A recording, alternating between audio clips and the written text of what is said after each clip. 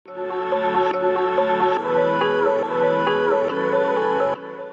is the most important part of my message today. मेरे संदेश का सबसे मुख्य भाग यही है। The first habit you need to develop is to plan.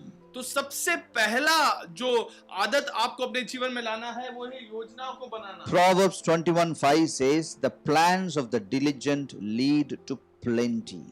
और नीति वचन 21वां अध्याय 5वां वचन यो कहता है कि कामकाजी की कल्पनाएं तो केवल लाभ में होता है। Many people do not plan their finance.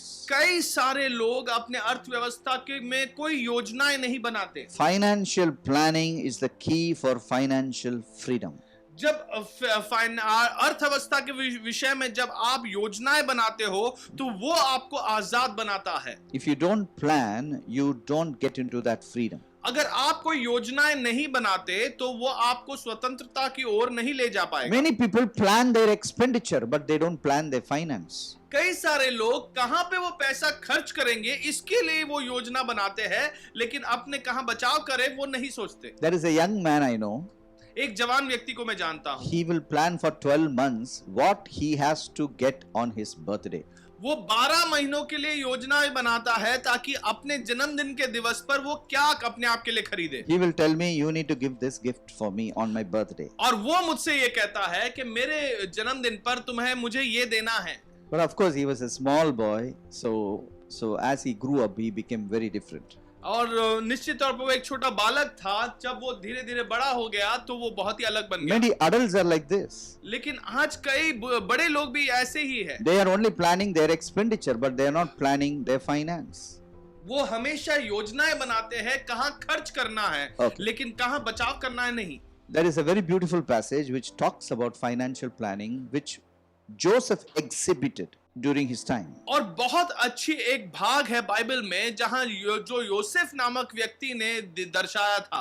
Okay, let us turn to Genesis 41, verse 34. उत्पत्ति 41वां अध्याय उसका 34वां वचन। फिरौन यह करे कि देश पर अधिकारियों को नियुक्त करे और जब तक सुकाल से 7 वर्ष रहे तब तक वह मिस्र देश की उपज का पंचमाश लिया करे और वे इन अच्छे वर्षों में सब प्रकार के भोजन वस्तु इकट्ठा करे और नगर नगर में भंडार घर योजना के लिए भोजन के लिए फिरौन के वश में करके उसकी रक्षा करे। वह भोजन वस्तु अकाल के उन 7 वर्षों के लिए जो मिस्र देश में आएंगे देश के भोजन के लिए रखी रहे, उससे देश का उस अकाल के सत्यानाश न हो जाए। See, all these words were said by a man called Joseph to Pharaoh so that the land will not perish during famine. और ये सारे शब्द योसेफ नाम के एक व्यक्ति ने फिरौन राजा को कहा था ताकि अकाल के समय उनके देश का सत्यानाश न हो। God said, "I will keep you alive in famine." परमेश्वर ने कहा तुम्हें अकाल के समय में जीवित रखूंगा। Here is a man's secret to a nation how to be alive in famine. और यहाँ एक व्यक्ति रहस्य बता रहा है कैसे एक देश अकाल के समय जीवित रह सकता है। The first thing is appoint officers. सबसे पहला काम है कि आप अधिकारियों को नियुक्त करें। Look at the words, appoint officers. और देखो ये शब्द कैसे लिखे हैं, अपने अधिकारियों को नियुक्त करें। You need to appoint the right people. आपको सही लोगों को नियुक्त करना है। If you are handling the finance of a city or a company or anything, you need to appoint the right people for that. और अगर आप किसी शहर के या किसी कंपनी के या किसी संस्था के अर्थव्यवस्था को आप संभाल रहे हो तो आपको सही लोगों को नियुक्त करना है। Second is collect 1/5. और दूसरी बात यहाँ पर लिखी गई है, एक 5 में से 1 भाग को तुम जमा करो। Collect. और Collect. उसे जमा करो। Third thing is in verse 35, gather. और 5वां वस्तु है उन्हें सब एक इकट्ठा करो। Then it says keep the food in the cities. Keep.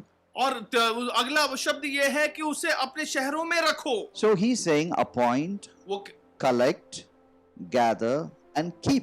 और वो कहता है नियुक्त करो, वहां से सब जगह से जमा करो, फिर उसे इकट्ठा कर एक जगह पर रखो। Many young people, they have plans when to buy iPhone. और कई सारे जवान लोग ये योजना बनाते हैं कि कभी मैं आईफोन खरीदूं। They don't appoint, they don't collect, they don't gather, they don't keep anything.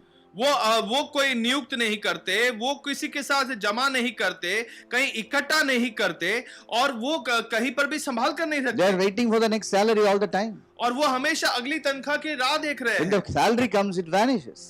तो जैसे ही तनख्वाह आती है वो गायब हो जाता Then है, they are waiting when my next salary will come. और फिर वो सोचते हैं कि कब मेरी अगली तनख्वाह आएगी, Keep all the expenditures waiting for the next salary so that he can consume it in 2 days. और वो सारे अपने खर्च को वो अगली तनख्वाह तक राह देखता है, और वो जैसी तनख्वाह आती है वो गायब हो जाता है। Here it says that it will be reserved for the land of the 7 years of reserve. So it becomes a reserve in your life. और यहाँ पर लिखा है कि अकाल के समय ये एक संभाला हुआ धनराशि हो जो हमें वो उससे बचाएगा। The first thing of your life is you need to have a reserve in your life. सो पहली बात जो आपके जीवन में होनी चाहिए वो ये है कि आपकी कोई संभाला हुआ धनराशि होना चाहिए। First and foremost, do you have a reserve of your life, or you are just empty-handed all the time? और पहली बात ये है कि क्या आपके जीवन में कोई भी ऐसे संभाला हुआ कुछ वस्तुएं हैं, या आप हमेशा खाली घूमते हो? Yes, reserve, which will be a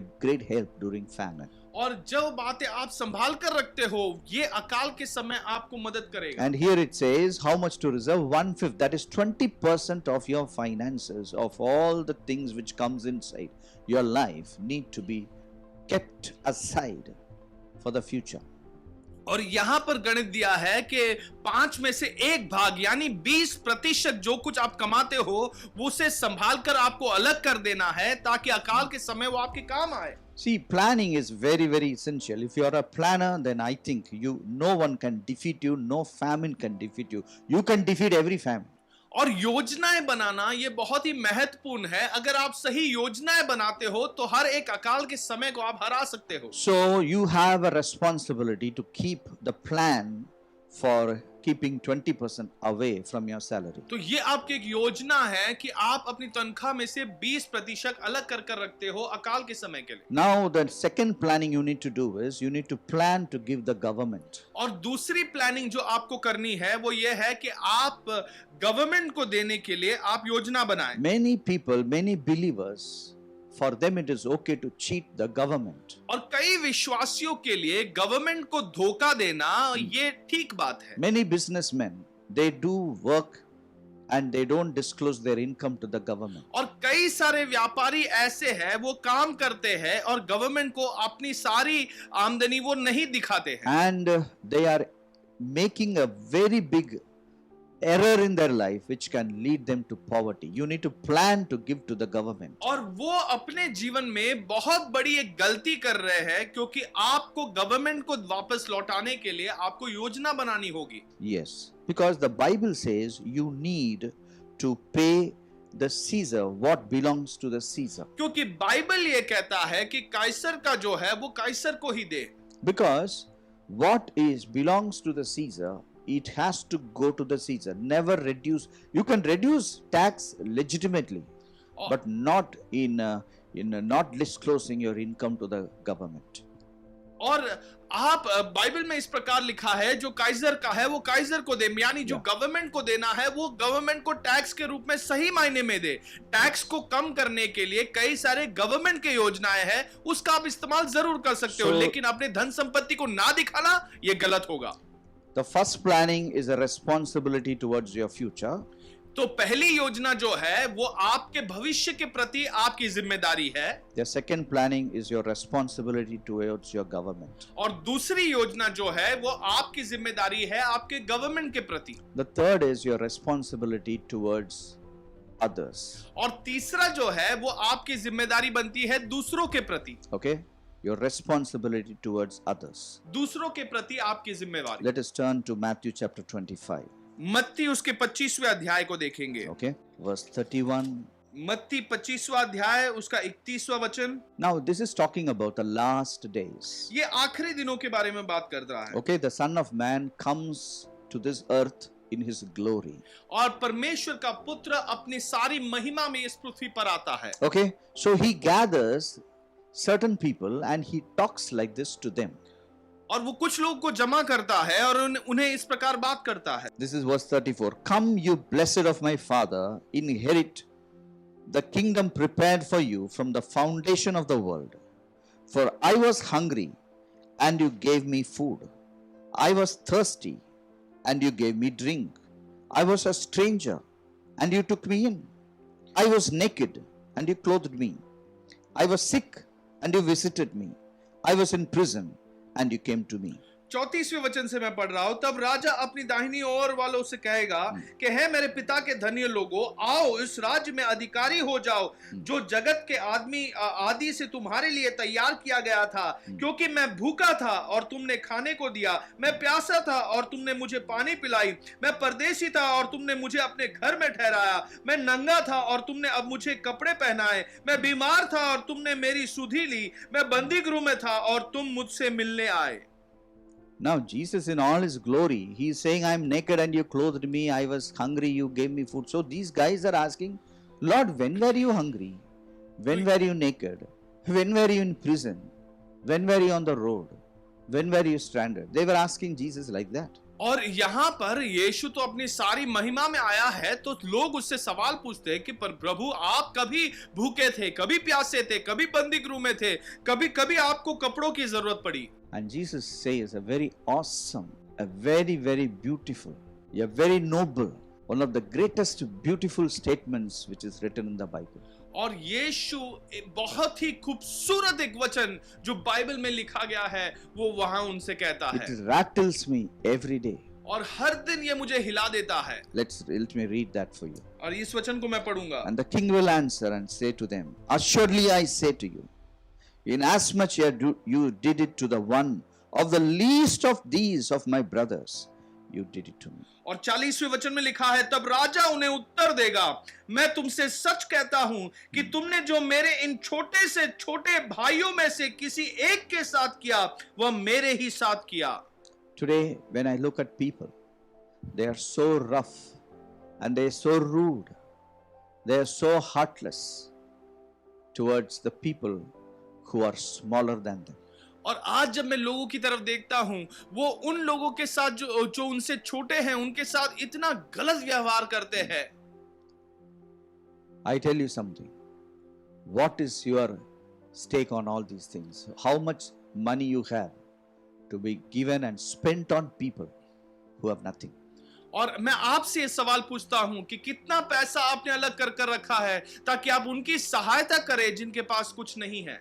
There is a responsibility you and I carry towards people who have nothing.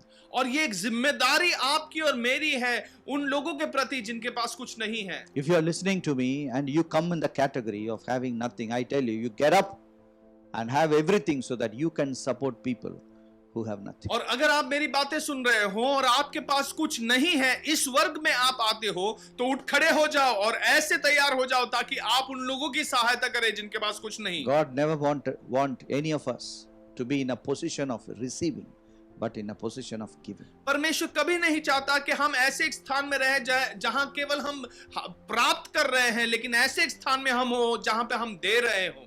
Many times I tell you, these are the three areas where we make a high error and become poor in our lives. कई बार ये कुछ स्थान है जहां पे हम सबसे बड़ी गलती कर लेते हैं और गरीब बन जाते हैं। There is one more responsibility we have, that is towards God. और एक और जिम्मेदारी हमारी है जो परमेश्वर के प्रति है। I put it at the end because sometimes I have seen people who are very clear about giving to God, but their lives have not changed. और मैंने ये आखिर में रखा है क्योंकि मैंने देखा कि वो कई लोगों को मैंने देखा है जो इसके विषय में तो जानते हैं कि परमेश्वर को क्या देखना है, लेकिन उनकी जीवन शैली ठीक नहीं है। They pay tithe but say still they are poor. और वो दशमांश तो देते हैं लेकिन फिर भी वो गरीब रहते हैं। Because they don't have the right, they have not followed all the principles. They have just paid their tithe. और क्योंकि उन्होंने सारे सिद्धांतों का पालन ही नहीं किया है, केवल दशमांश दे दिया। Thinking that God needs our tithe. और ये सोचते हैं कि परमेश्वर को हमारे दशमांश की जरूरत है। God doesn't need your tithe. He wants you to be very clear about every other thing in your life first. और परमेश्वर को आपके दशमांश की कोई जरूरत नहीं, लेकिन वो चाहता है कि आप अपने जीवन में हर एक विषय में बड़ा साफ सोचें। When you see one brother in need and you look here and you just talk anything ulta pulta, you just rudely talk such words and not give any money towards that, and you go and pay your tithe.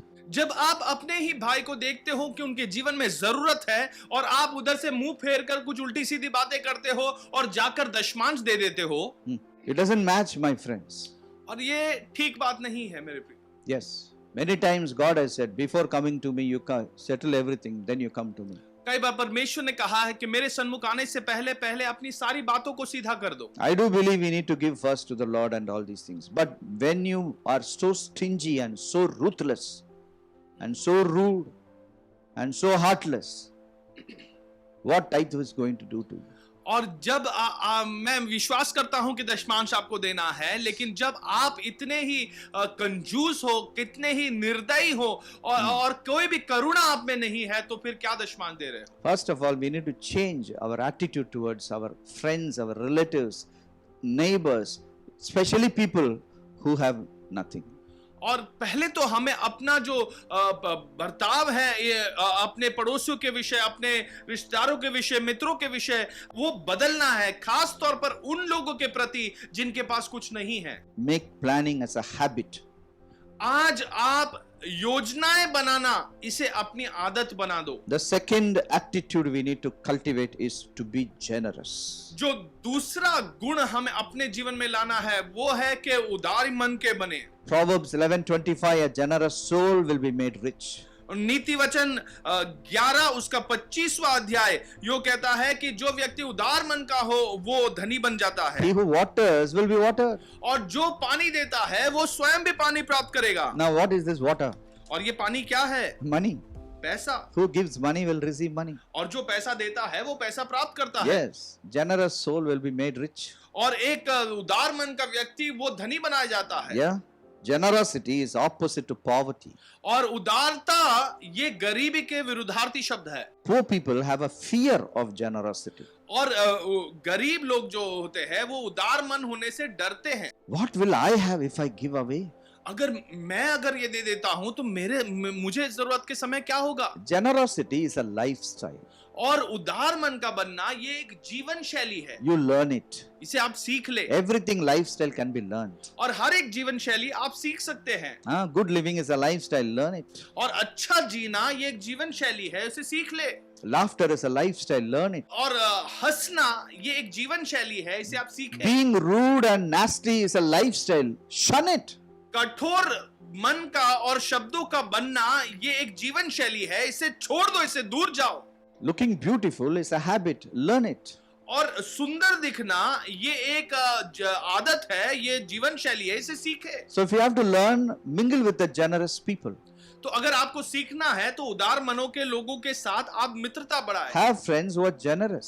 और ऐसे लोगों के साथ मित्रता बढ़ाएं जो उदार मन के हो। Ask whether your mentor is a generous guy or a stingy guy. और आप अपने जो मेंटोर है उनसे पूछे कि वो क्या एक उदार मन के व्यक्ति है या कंजूस व्यक्ति है। Some people never take the money out. कुछ लोग ऐसे होते हैं जब आप वो अपने पैसा कभी नहीं निकालेंगे। Now everybody wants to connect with the rich people, but Bible says you connect with the generous people. हर एक व्यक्ति धनी लोगों के साथ संपर्क बनाना चाहता है, लेकिन बाइबल इस प्रकार हमें बताता है कि उदार मन के लोगों के साथ आप अपना रिश्ता बनाएं। A generous man is generous in everything. एक उदार मन का व्यक्ति वो हर एक क्षेत्र में उदारता दिखाता है। He is not only generous in money, he is generous when people make mistakes. He allows them. Okay, no problem. Your generosity is a lifestyle. It pervades into every dimension of your life. और उदार मन का केवल पैसों के विषय नहीं, बल्कि अगर मान लो कोई उनके प्रति गलती करता है तो वो अनुमति देता है कि और भी गलती हो जाए तो भी उसे क्षमा करता है। ये एक जीवन शैली है। Proverbs says, never become friends with a miser. और नीति वचन में इस प्रकार लिखा है कि एक कंजूस व्यक्ति के साथ कभी मित्रता न बढ़ाए। Yes, let us turn to Proverbs chapter 23.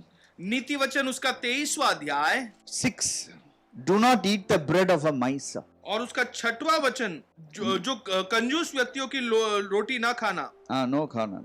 उसकी delicacies don't desire. और उसके स्वादिष्ट भोजन वस्तुओं की लालसा न करना। If you eat ना, you have to vomit it. अगर तुम उसे खाओगे तो तुम्हें उल्टी करनी पड़ेगी। Yes, one day he will tell you, you ate my food. और एक दिन वो आपको जरूर याद दिलाएगा, तुमने मेरा भोजन खाया है। Hey, मेरा पैसा तुम खाया, ऐसा बोलेगा.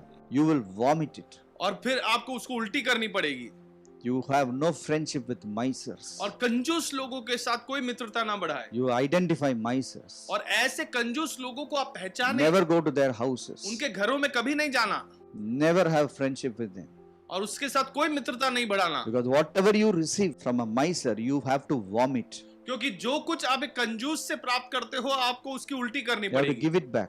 और वो वापस लौटाना होगा। Never take advantage of a miser. और एक कंजूस व्यक्ति का कभी कोई फायदा ना उठाना। You develop a generous attitude. Have generous friends. और आप एक उदार स्वभाव आप निर्माण करें और ऐसे उदार मन के मित्र आपके हो।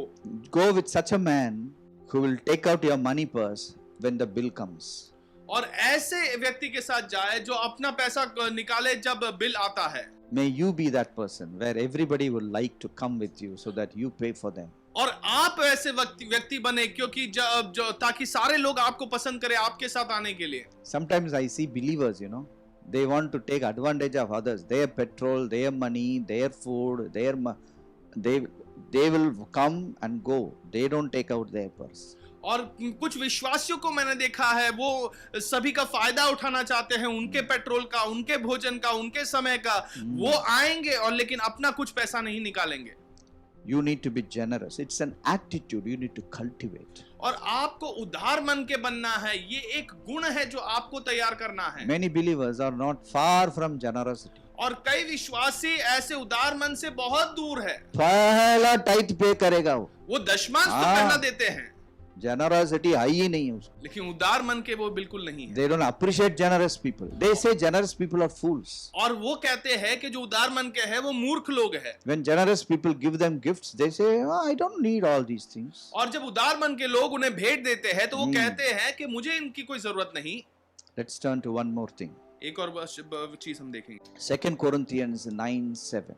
दूसरी कोरिन्थियों की पत्री 9 अध्याय उसका 7वां वचन। This is an attitude we need to cultivate. और ये गुण है जो हमें तैयार करना है। I know many people are poor because they are not generous. मैं जानता हूं कि कई लोग गरीब है क्योंकि वो उदार मन के नहीं They are है। very money-minded. वो केवल पैसों के बारे में सोचते हैं Whatever they do to you, they will ask the money for it. और जो कुछ वो करते हैं वो उसका पैसा आपसे मांगेंगे। They all the time calculate the money, not the people. वो हमेशा पैसा की गिनती करते रहेंगे, लोगों की नहीं। It says, verse 7, let each one not give grudgingly or of necessity, but God loves a cheerful giver.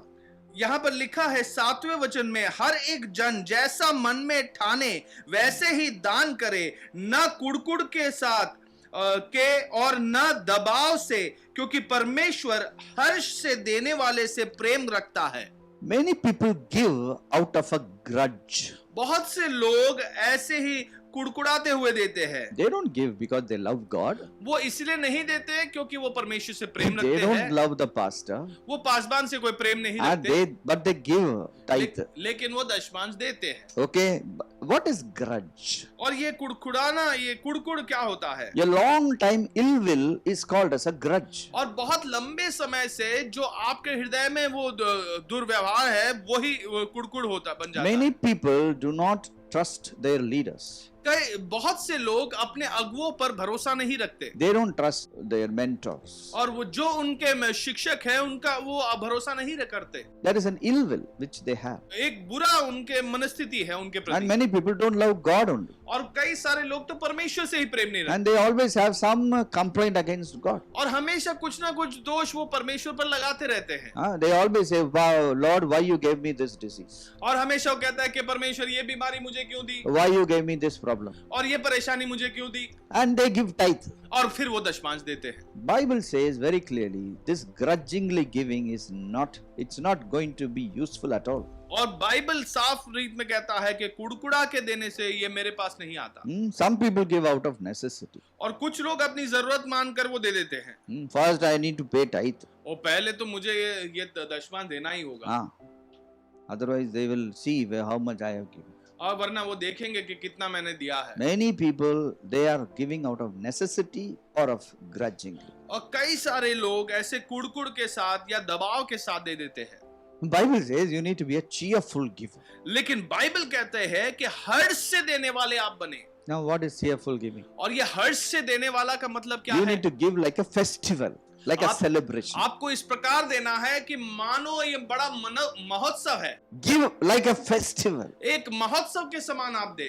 Why you should give like that? और ऐसे क्यों देना है? One day I asked God why we should be cheerful.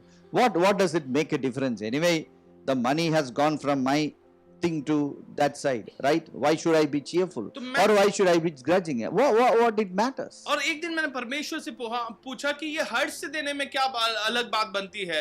मैंने जो मेरे पास था वो मैंने सामने वाले को दे दिया। That day I got an answer. God told me, if you're not cheerful when you give, eventually you will stop giving.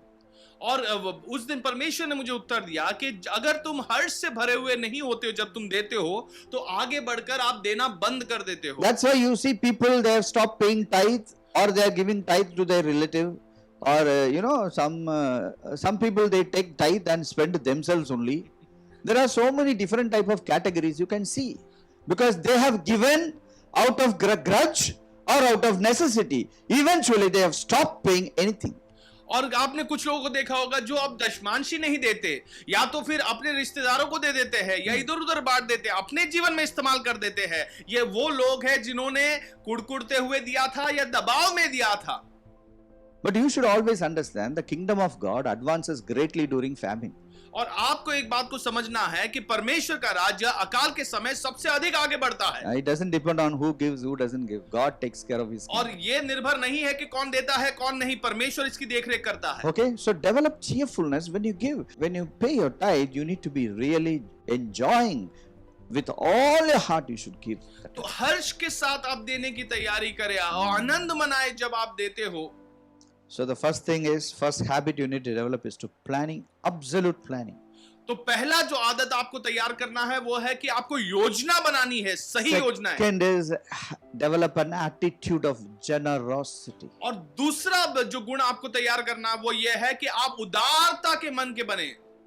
When you see a generous person, when you look at him or her, you know he is generous, she is generous. और जब आप एक उदार मन के व्यक्ति को देखते हो, जैसे ही आप देखते हो आप पहचान जाओगे कि क्या ये व्यक्ति उदारता का है। Because it's in their face, it's in their dress, it's in their shoes, in everything. You can see it on them. तो वो उनके चेहरे पर दिख जाता है, क्योंकि वो उनके चेहरे पर दिखेगा, उनके वस्त्रों पर दिखेगा, उनके पहनावे पर दिख जाता है। Yes, I have seen many people. When I see them, I know they are generous people. और जब मैंने कई लोगों को देखा है और मैं जब उन्हें देखता हूं मैं पहचान जाता हूं कि ये बहुत उदार मन के लोग हैं। And they talk also generously. और वो बहुत उदार मन के जैसे बात भी करते They हैं। forgive generously. और कई लोगों को क्षमा भी वो उदार मन के बनते देते हैं। They are very good with people. वो लोगों के साथ बहुत ही अच्छे होते हैं। They don't find fault with people. वो लोगों की गलतियों को नहीं खुद ढूंढते रहते। Hey, be careful. Generosity is a attitude you need to develop. और आप संभले रहे, क्योंकि उदार मन का बनना ये एक गुण है जो आपके चरित्र में होना चाहिए।